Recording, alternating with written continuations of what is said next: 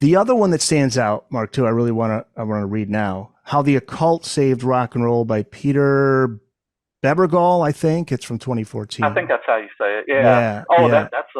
that's a great book. I'm still reading it. It's Okay. more like reading a doctrine, somebody's doctrine.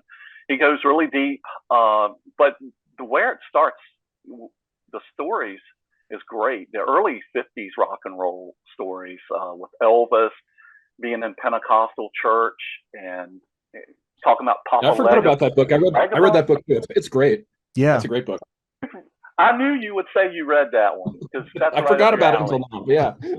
I'm at the part with Pink Floyd and their influence, especially with psychedelics, Yeah. and the films behind them, and the clubs. UFO Club, I think it was called, is where they started.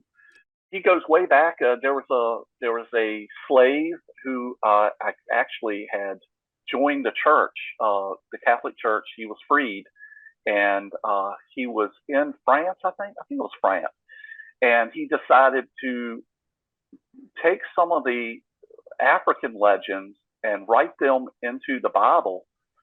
So Papa Legba was a part of the devil, and so whatever the stories in the Bible became mixed with the African legends and their religions, and he went to Africa to convert people, and that's how he got some of the converts in Africa to become Catholics, and that's where a lot of the legends grew for rock and roll, which is the Crossroads story, which is really cool. I think that's a whole different.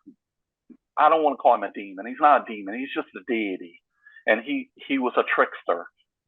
I can't remember his name, but he was a trickster, and one of his things was to go to someone who's very talented and try to get their soul for fame and money and all that. And so that grew into it's really fascinating. It Robert grew Johnson. into Robert Johnson, Robert which Johnson. Which was now actually it's not even Robert misattributed. Johnson. Well, It's it a was, yeah, it was different blues. misattributed.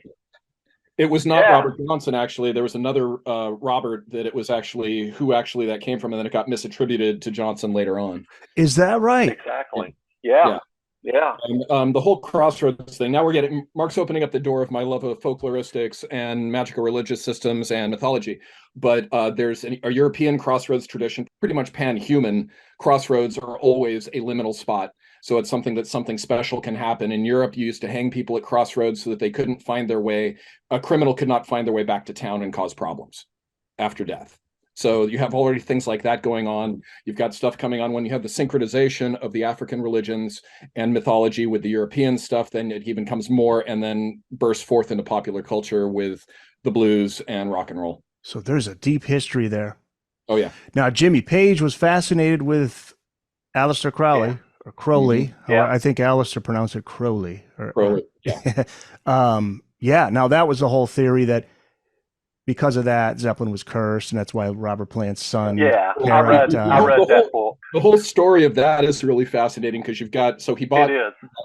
the whatever the name of the Boleskine Manor on Loch Ness, basically, which was owned by Crowley, but it's where Crowley was supposedly to do his summoning of the greater his greater guardian angel, and he wasn't supposed to do it until he reached a certain grade within the Hermetic Order of the Golden Dawn, and he said, I'm going to do it anyway, and supposedly failed.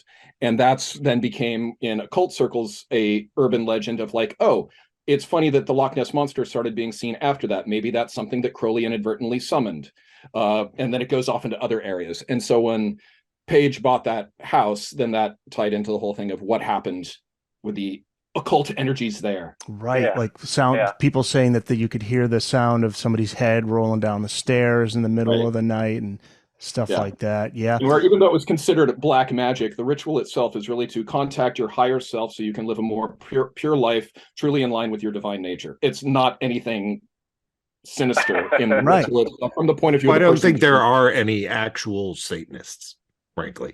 Well, I On know. my radio show, Radio Wasteland, we've looked around, tried to get actual Satanists, and the only people we could find were just very mentally ill. Most of the actual Satanists were more the Aleister Crowley kind, or Anton LaVey kind. We couldn't find anybody that actually believed in the Satan, the God, the thing, and like Satan is my guy. It's like, which frankly I kind of think is like the American way. You got to root for the underdog. I mean, we know he's going to lose, but you got to get in there. But we just couldn't find any. But Lothar, if you know some, send them my way. Yeah, we'll talk offline. Yeah, there are some deistic Satanists out there.